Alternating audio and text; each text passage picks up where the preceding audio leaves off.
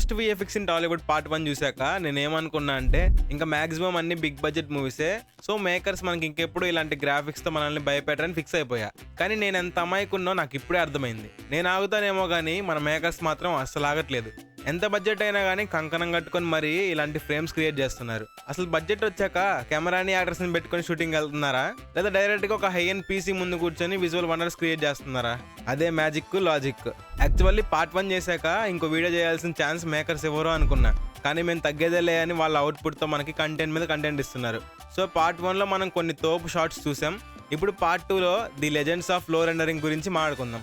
Seat belts పెట్టుకోండి, ఎందుకంటే ఈ విజువల్ ఎఫెక్ట్స్ లో గ్రావిటీ లేదు, లాజిక్ లేదు, సెన్స్ అసలే లేదు. కులం లేదు, మతం లేదు, భయం అసలే లేదు. వీడియోలోకి వెళ్లే ముందు ఈ వీడియో అయిపోయాక ఛానల్లో ఉన్న కంటెంట్ చెక్ చేయండి. నచ్చితే మర్చిపోకుండా సబ్స్క్రైబ్ చేసుకోండి. సో ఇంకా లేట్ చేయకుండా వీడియోలోకి వెళ్ళిపోదాం. మన వీడియోలో మనం మాట్లాడుకోబోయే ఫస్ట్ మూవీ హరిహర వీరమల్లు. ఆ పేరు వింటేనే ఏదో ఊపేస్తుంది అనుకున్నాం. పవర్ స్టార్ స్క్రీన్ మీద ఉంటే థియేటర్ షేక్ అవ్వాలి, కానీ ఇక్కడ మనకు షేక్ అయ్యేది మాత్రం స్క్రీన్ కాదు, మన నమ్మకం.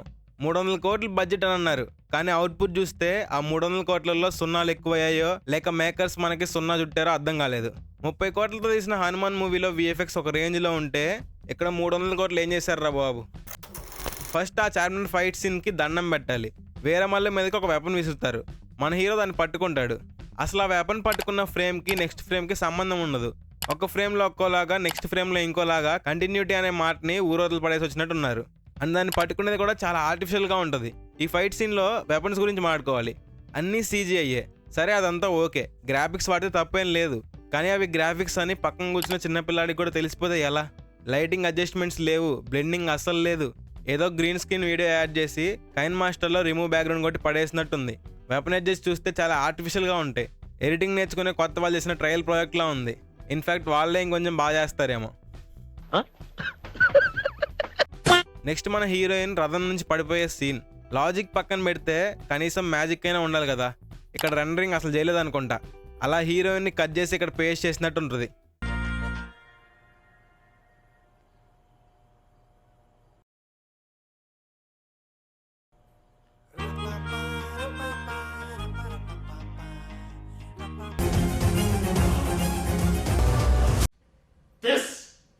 This is not okay. This needs to stop now. అది నా పిల్లరా. పవన్ కళ్యాణ్ గారు రథం మీద నుంచి దూకే ఈ షాట్ లో గ్రాఫిక్స్ లో బ్యాక్గ్రౌండ్ మార్చడం కామనే, కానీ ఆ బ్యాక్గ్రౌండ్ కి హీరోకి సింక్ ఉండాలి కదా స్వామి. ఇంత ఆర్టిఫిషియల్ గా ఉంటే ఆడియన్స్ ఎలా కనెక్ట్ అవుతారు? ఇక్కడ విఎఫ్ఎక్స్ బ్లెండింగ్ కి రియాలిటీకి సోషల్ డిస్టెన్స్ మెయింటైన్ చేసినట్టు ఉన్నారు. ఇంకా బిల్డింగ్ క్రాస్ చేసే సీన్స్ అయితే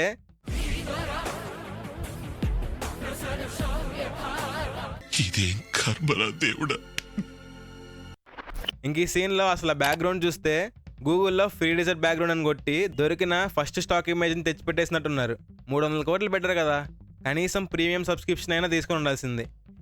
ఇంకా last but not least horse riding scene. దీనికంటే పంచతంత్రంలో గ్రాఫిక్స్ బెటర్ ఏమో. ఇక్కడ ఒక వింత చూడండి, ఆ పక్షుల షాడో ఏమో స్ట్రైట్గా పడుతుంది, అంటే సన్ పైన ఉన్నాడు, కానీ అదే ఫ్రేమ్లో గుర్రాల షాడో ఏమో సైడ్కి పడుతుంది. అంటే ఈ మూవీలో 2 సూర్యులు ఉన్నారనమాట, లేక ఫిజిక్స్కి హాలిడే ఇచ్చారేమో. ఇంకా రాక్ సీన్, ఆ రెండరింగ్ మొత్తం చూస్తే మన టాలీవుడ్లో one of the worst VFX ever made అనేలా ఉంది. విజువల్ ఎఫెక్ట్స్ అంటే కంటికి ఇంపుగా ఉండాలి, కానీ ఇక్కడ కంటి నుంచి నీరు వచ్చేలా ఉంటుంది. నెక్స్ట్ మన సూపర్ స్టార్ మహేష్ బాబు గారి సర్కారు వారి పాట. సినిమాలో మహేష్ బాబు గారు బ్యాంకులో ప్రిన్సిపల్ గురించి మాట్లాడతారు, కానీ విఎఫ్ఎక్స్ టీమ్ ఫిజిక్స్ ప్రిన్సిపల్ గురించి ఒకసారి ఆలోచించుంటే బాగుండేది. ఇక్కడ ఈ ఫ్రేమ్ చూడండి, మహేష్ బాబు గారి షాడో ఏమో లెఫ్ట్కి వెళ్తుంది, అంటే సన్ రైట్లో ఉన్నాడు అనుకుందాం. జస్ట్ నెక్స్ట్ ఫ్రేమ్లో అక్కడ ఉన్న బాడీ గార్డ్ షాడోస్ చూడండి, అవి రైట్కి వెళ్తున్నాయి. అంటే ఈ సీన్లో కూడా మన హరిహర వీరమల్లు లాగా 2 సూర్యుడ్స్ ఉన్నారనమాట. లేదా లైటింగ్ సోర్స్ కూడా మన క్రియేటర్స్ అంటే భయం వేసి అటు ఇటు తిరిగేస్తున్నారా? లైటింగ్ సింక్ లేకుండా గ్రీన్ స్క్రీన్ సీన్స్ చేస్తే ఇలాంటి షాడో వార్స్ తప్పవు మరి. ఎవరురా నువ్వు ఇంత టాలెంటెడ్ ఉన్నావు? ఇంకా క్లైమాక్స్కి వస్తే బ్యాక్గ్రౌండ్ మొత్తం గ్రీన్ స్క్రీన్ అని చిన్న పిల్లలు కూడా చెప్పేస్తాడు. రెండరింగ్ అసలు చేశారా లేదా, డైరెక్ట్గా రా ఫుటేజ్ని ఓవర్లే పెట్టేశారా? అంటే అది సినిమా ఎండింగ్లో మహేష్ బాబు గారు వెళ్తున్న షాట్లో అయితే ఎవరో ఫోటోషాప్లో మహేష్ బాబు కట్అవుట్ని కట్ చేసి ఆ బ్యాక్గ్రౌండ్ లేయర్ మీద డ్రాగ్ చేసినట్టు ఉంటుంది. క్యారెక్టర్కి బ్యాక్గ్రౌండ్కి అసలు రిలేషనే ఉండదు. విజువల్ ఎఫెక్ట్స్ అంటే బ్లెండింగ్ ఉండాలి, అంతేగాని ఫెవికాల్తో అతికించినట్టు ఉండకూడదు. ఇంకా మన next movie rebel star Prabhas గారి రాజాసాబ్ మూవీ. ఈ సినిమా టీజర్ చూసి మనమంతా ఏమనుకున్నాం, సలార్లో తల్లిని కాపాడాడు, కల్కిలో ప్రపంచాన్ని కాపాడాడు, ఇప్పుడు మనల్ని అందరినీ నవ్వించడానికి వింటేజ్ లుక్ తో వస్తున్నాడు అని ఫిక్స్ అయిపోయాం. కానీ స్క్రీన్ మీద విఎఫ్ఎక్స్ చూశాక ఈ జన్మకి చాలు, నేను పోతాను, నాకు ఇది వద్దు. సినిమా స్టార్టింగ్ లో సత్య బంగ్లాలోకి వెళ్తున్నప్పుడు పైన ఒక పిల్లి వెళ్తుంది. అది విఎఫ్ఎక్స్ పిల్లిలా లేదు, ఎవరో గూగుల్ నుంచి పిఎన్జీ ఇమేజ్ డౌన్లోడ్ చేసి స్క్రీన్ మీద డ్రాగ్ అండ్ డ్రాప్ చేసినట్టు ఉంటది. ఆ పిల్లి నడవడం కంటే అది బ్యాక్గ్రౌండ్ మీద ఫ్లోటింగ్ చేస్తున్నట్టు ఉంటది. నెక్స్ట్ ప్రభాస్ గారు వాళ్ళ తాతగారి గురించి చెప్పేటప్పుడు ఒక యానిమేషన్ వస్తుంది. మన టీవీలో వచ్చే చోటా భీమ్లో గ్రాఫిక్స్ కూడా దీనికంటే 100 times బెటర్గా ఉంటాయేమో. 400 కోట్ల బడ్జెట్లో ఒక మంచి యానిమేటర్కి డబ్బులు ఇవ్వలేదా, లేక ఫ్రీ సాఫ్ట్వేర్ ట్రయల్ వర్షన్ వాడారా? సహన సాంగ్ కానీ రెబల్ సాబ్ సాంగ్ కానీ కొన్ని షార్ట్స్లో ప్రభాస్ గారి ఫేస్లో అసలు మూవ్మెంట్ ఉండదు, క్లియర్గా తెలిసిపోతుంది అది ఫేస్ వ్యాప్ అని. ఇంకొంచెం న్యాచురల్గా చేస్తుంటే బాగుండేది.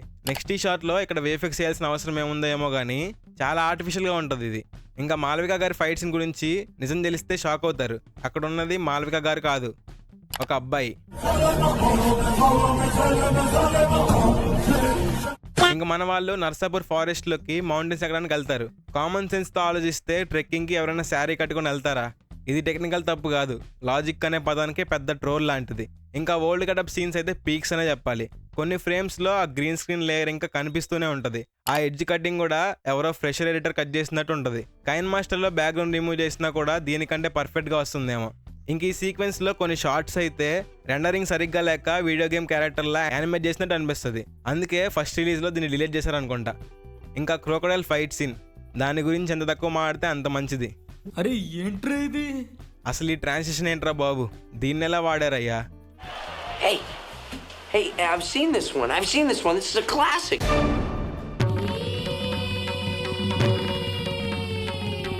వింటేజ్ ప్రభాస్ని చూద్దాం అనుకుంటే మేకర్స్ మనకి వింటేజ్ గ్రాఫిక్స్ని చూపించి పంపించేశారు. ఇంక ఇప్పుడు మనం మాట్లాడుకోబోయేది మాస్ కబాబ్ గ్రాఫిక్స్ గ్యాప్. మన బాలయ్య బాబు అండ్ బోయపాటి న్యూటన్ గారి కాంబినేషన్ అఖండ 2. బోయపాటి గారి సినిమాల్లో లాజిక్ వెతకడం అంటే వేడివేడి కాఫీలో ఐస్ క్యూబ్స్ ఎతకడం లాంటిది, రెండూ దొరకవు. కానీ ఈ మూవీలో లాజిక్కే కాదు విఎఫ్ఎక్స్ కూడా మనకి జై బాలయ్య చెప్పేసి వెళ్ళిపోయింది. ఇంటర్వెల్ ఫైట్ సీక్వెన్స్ లో బాలకృష్ణ గారి ట్రాన్సిషన్ షాట్ అవుట్ ఉంటుంది. అది చూస్తే మనకి ఇది ట్రాన్స్ఫర్మేషన్ లేక ఫ్రేమ్ కట్టా అనే డౌట్ రాక తప్పదు. ఎంత ఆర్టిఫిషియల్ గా అంటే కార్టూనిష్ గా ఉంటుంది ఆ ట్రాన్సిషన్. ఏంటి ఇప్పుడు అసలు నీకు ఎందుకు ఇవన్నీ, ఎందుకు అలా?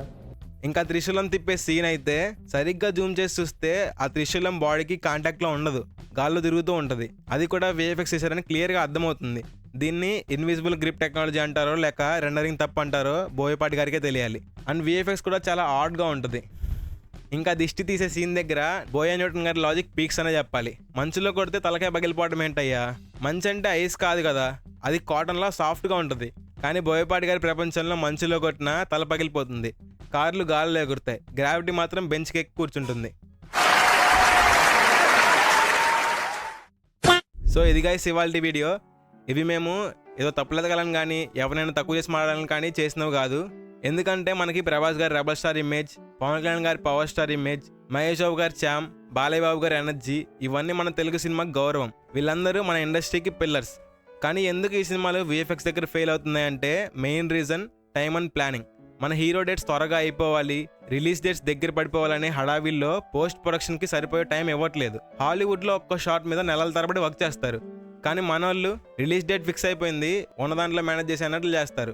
300 కోట్ల బడ్జెట్ ఉన్నా కూడా అందులో 80% రెమ్యునేషన్కే పోతే ఇంకా గ్రాఫిక్స్ మిగిలేదు చిల్లర మాత్రమే. అదే హనుమాన్ లాంటి సినిమాలు చూస్తే బడ్జెట్ తక్కువ ఉన్నా ప్యాషన్తో టైం ఎక్కువ పెట్టారు కాబట్టి క్వాలిటీ ఆ రేంజ్లో వచ్చింది. మన హీరోస్ తలెత్తుకునే రేంజ్లో సినిమాలు చేస్తున్నప్పుడు ఆ టెక్నికల్ టీం కూడా అంతే తలెత్తుకునే లెవెల్లో వర్క్ చేయాలి. ఒక బాహుబలి, ఒక త్రిబుల్ ఆర్, ఒక కల్కి అలాంటి మూవీస్ చేసిన వుడ్ మన టాలీవుడ్. మనకి వరల్డ్ క్లాస్ అవుట్పుట్ ఇచ్చే క్యాపబిలిటీ ఉంది. సో మేకర్స్ ప్లీజ్ మన హీరోస్ని స్క్రీన్ మీద గ్రాండ్గా చూడాలనుకుంటాం కానీ ఇలాంటి గ్రీన్ స్క్రీన్ మీద కాదు. ఎవరి మీద హేటెడ్ లేదు, జస్ట్ మన సినిమా ఇంకా బాగుండాలని తప్పనేది అంతా. సో ఎక్కడ దాకా చూసారంటే ఈ వీడియో మీకు నచ్చే ఉంటుంది. వీడియో నచ్చితే లైక్ చేయండి అండ్ మీ ఫ్రెండ్స్కి కూడా షేర్ చేయండి. వ్యూస్ అసలు పెరగట్లేదు, సబ్స్క్రైబర్స్ కౌంట్ కూడా పెరగట్లేదు. సో షేర్ చేస్తారనుకుంటున్నా. అండ్ ఫైనల్లీ ఛానల్కి సబ్స్క్రైబ్ చేసుకోవడం మాత్రం మర్చిపోకండి. Meet you in the video soon. Until then take care, bye bye.